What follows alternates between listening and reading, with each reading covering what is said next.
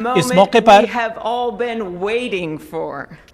It is now my great privilege and high honor to be the first person to officially introduce the 46th President of the United States, Joseph R. Biden Jr.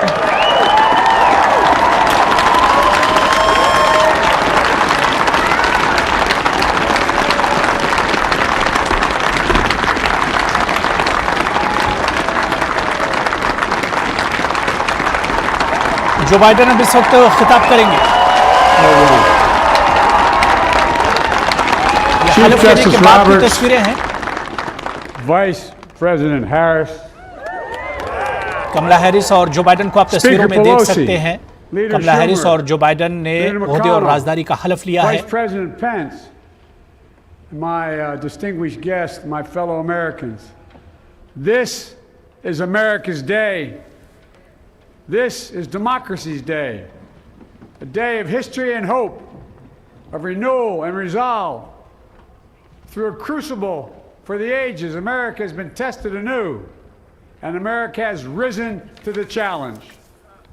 Today, we celebrate the triumph not of a candidate, but of a cause, the cause of democracy. The people, the will of the people, has been heard, and the will of the people has been heeded. We've learned again that democracy is precious, democracy is fragile, and at this hour, my friends, democracy has prevailed. So now, on this hallowed ground where just a few days ago violence sought to shake the Capitol's very foundation, we come together as one nation, under God, indivisible, to carry out the peaceful transfer of power as we have for more than 2 centuries. As we look ahead in our uniquely American way, restless, bold, optimistic, and set our sights on the nation we know we can be and we must be. I thank my predecessors of both parties for their presence here today. I thank them from the bottom of my heart. And I know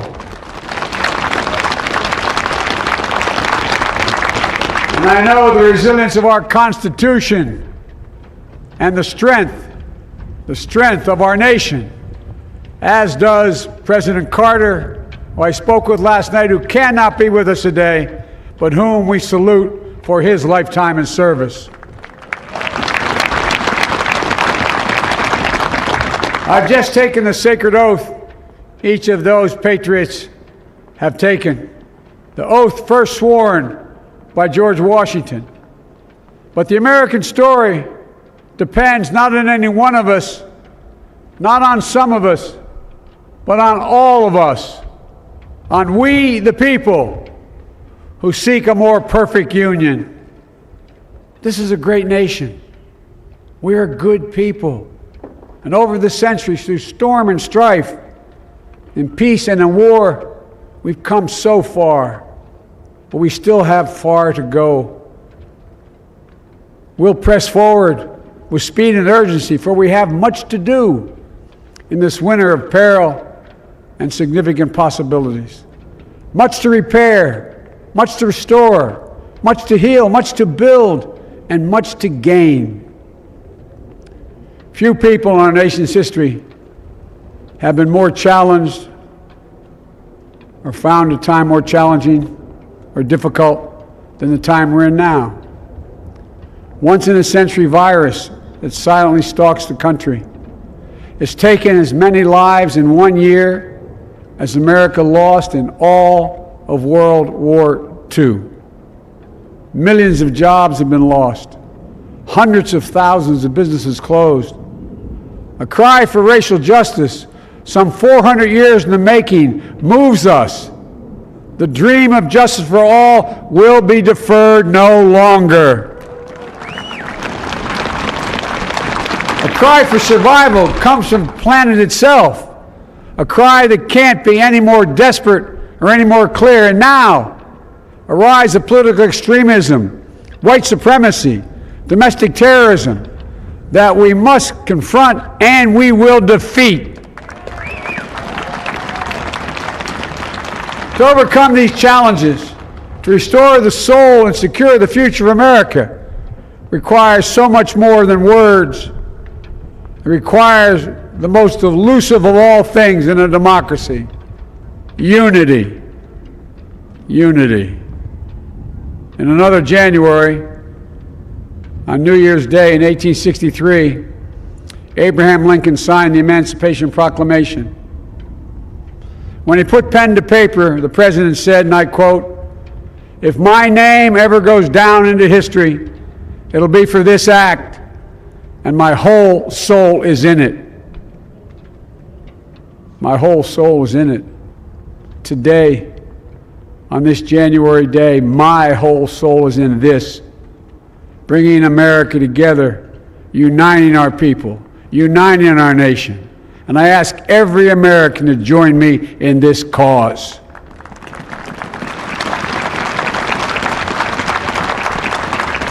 Uniting to fight the foes we face: anger, resentment and hatred, extremism, lawlessness, violence, disease, joblessness, and hopelessness.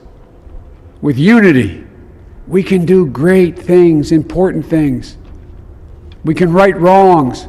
We can put people to work in good jobs. We can teach our children in safe schools. We can overcome the deadly virus.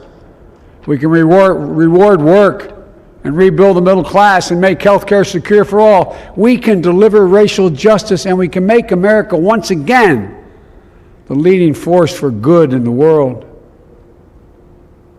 I know speaking of unity can sound to some like a foolish fantasy these days. I know the forces that divide us are deep and they are real. But I also know they are not new. Our history has been a constant struggle between the American ideal that we're all are created equal and the harsh, ugly reality that racism, nativism, fear, demonization have long torn us apart. The battle is perennial, and victory is never assured. Through Civil War, the Great Depression, World War, 9/11, through struggle, sacrifice, and setbacks, our better angels have always prevailed. In each of these moments, enough of us have come together to carry all of us forward. And we can do that now. History, faith, and reason show the way of unity. We can see each other not as adversaries, but as neighbors. We can treat each other with dignity and respect. We can join forces, stop the shouting, and lower the temperature. For without unity, there is no peace, only bitterness and fury. No progress, only exhausting outrage. No nation, only a state of chaos. This is our historic moment of crisis and challenge, and unity is the path forward. And we must meet this moment as the United States of America. If we do that, I guarantee you we will not fail. We have never, ever, ever, ever failed in America when we've acted together. And so today, at this time, in this place, let's start afresh, all of us. Let's begin to listen to one another again, hear one another, see one another, show respect to one another. Politics doesn't have to be a raging fire, destroying everything in its path. Every disagreement doesn't have to be a cause for total war. And we must reject the culture in which facts themselves are manipulated and even manufactured.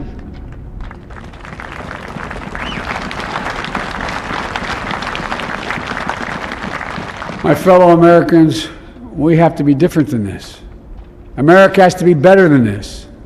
And I believe America is so much better than this. Just look around.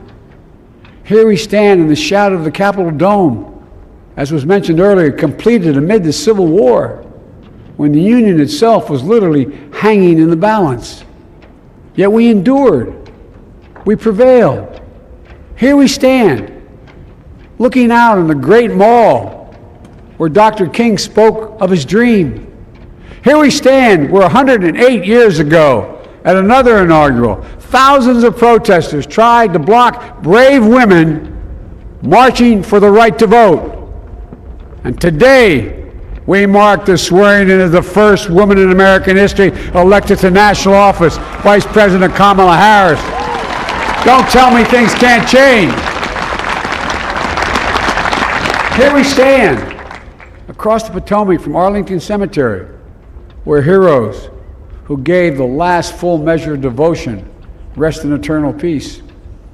And here we stand, just days after a riotous mob thought they could use violence to silence the will of the people, to stop the work of our democracy, to drive us from this sacred ground. It did not happen. It will never happen. Not today, not tomorrow, not ever. Not ever.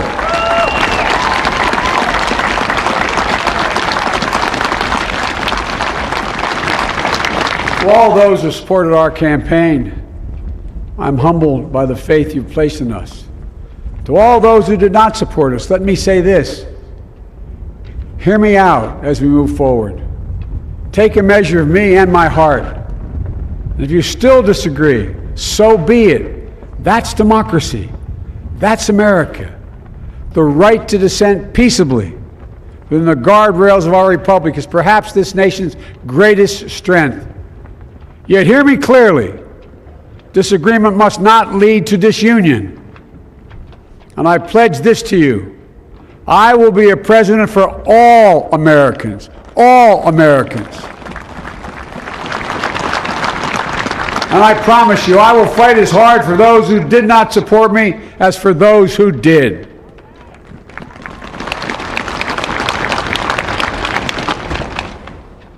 Many centuries ago, St. Augustine, a saint of my church, wrote that a people was a multitude defined by the common objects of their love. Defined by the common objects of their love.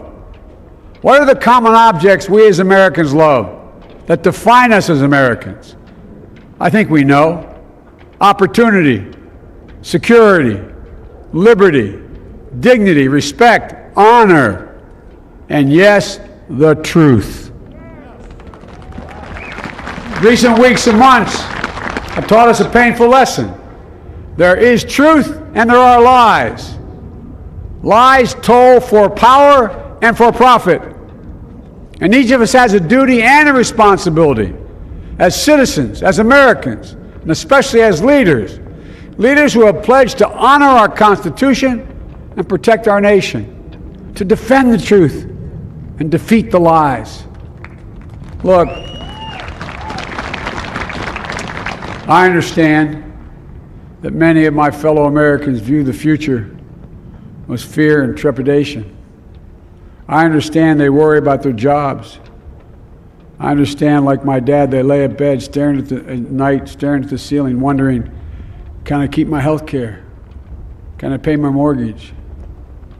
Thinking about their families, about what comes next. I promise you, I get it.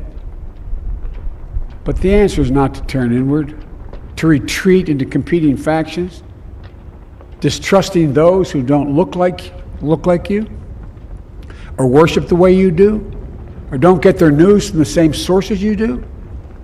We must end this uncivil war that pits red against blue, rural versus urban,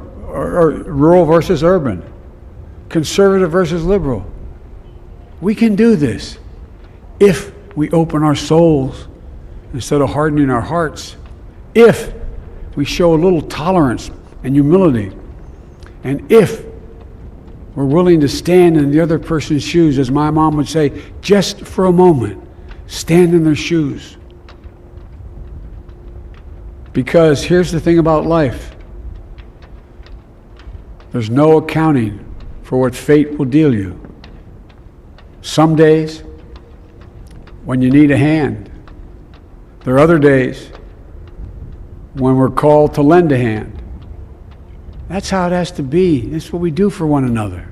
And if we are this way, our country will be stronger, more prosperous, more ready for the future.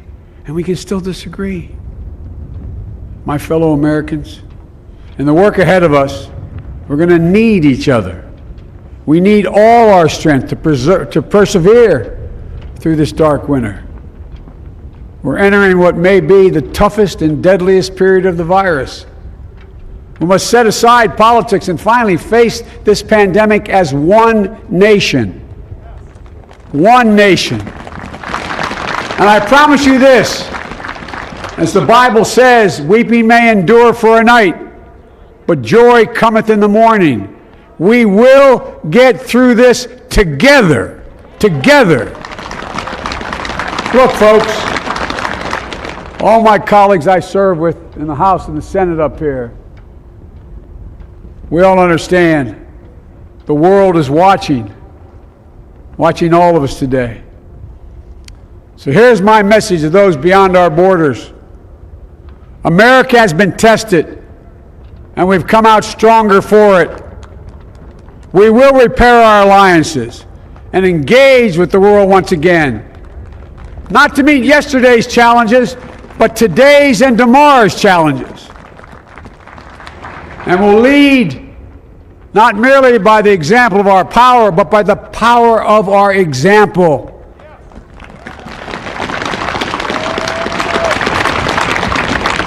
We'll be a strong and trusted partner for peace, progress, and security. Look, you all know we've been through so much in this nation. And in my first act as president, I'd like to ask you to join me in a moment of silent prayer. Remember all of those who we lost in this past year to the pandemic. Those 400,000 fellow Americans, moms, dads, husbands, wives, sons, daughters, friends, neighbors, and co-workers.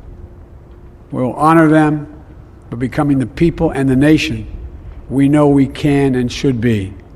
So I ask you, let's say a silent prayer for those who've lost their lives and those left behind, and for our country.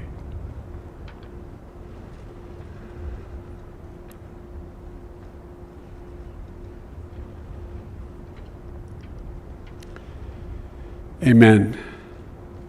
Folks, this is a time of testing.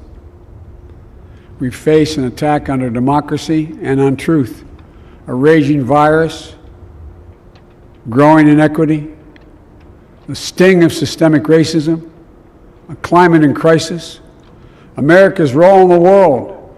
Any one of these would be enough to challenge us in profound ways.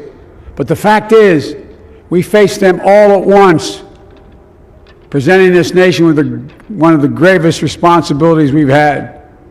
Now we're going to be tested. Are we going to step up, all of us? It's time for boldness, for there's so much to do. And this is certain. I promise you, we will be judged, you and I, by how we resolve these cascading crises of our era. We will rise to the occasion is the question. Will we master this rare and difficult hour? Will we meet our obligations and pass along a new and better world to our children? I believe we must. I'm sure you do as well. I believe we will. And when we do, we'll write the next great chapter in the history of the United States of America, the American story. A story that might sound something like a song that means a lot to me. It's called American Anthem. And there's one verse that stands out, at least for me, and it goes like this. The work and prayers of century have brought us to this day.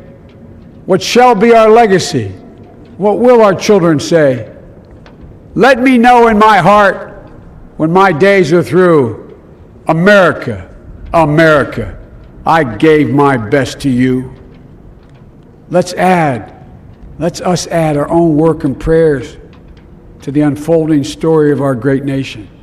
If we do this, then when our days are through, our children and our children's children will say of us, they gave their best, they did their duty, they healed a broken land.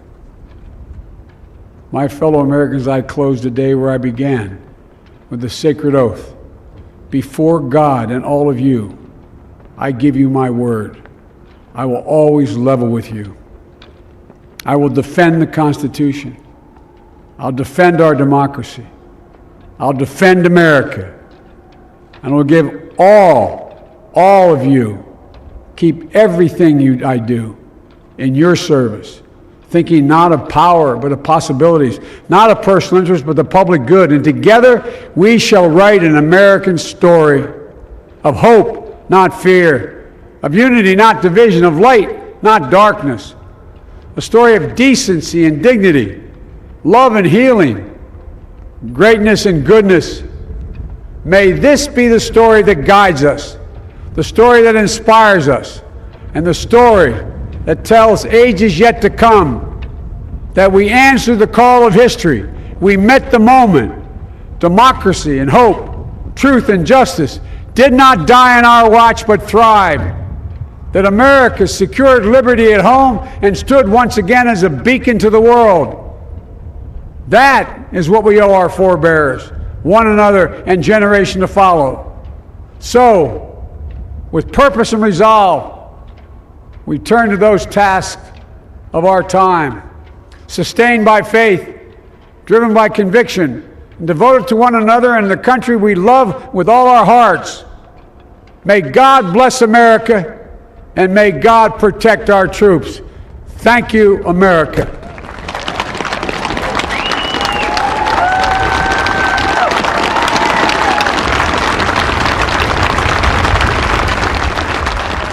Joe Biden ने America के 46वें सदर के तौर पर ओहदे का हलफ लिया है। आपको बताते चलें, इस पहली बार हलफ लेने के बाद उन्होंने खिताब किया और अपने खिताब में उन्होंने सबका शुक्रिया अदा किया। उन्होंने कहा कि अमेरिका में सबको इज्जत मिलेगी और जो सबसे पहला बयान दिया, उन्होंने कहा कि अमेरिका में अभी भी जमहूरियत कायम है। मुल्क के सामने कोरोना का बड़ा मसला है, अमेरिका मुश्किल दौर से गुजर रहा है और उन्होंने कहा कि सबको मिलकर हम अपनी मईशत और इकनॉमी को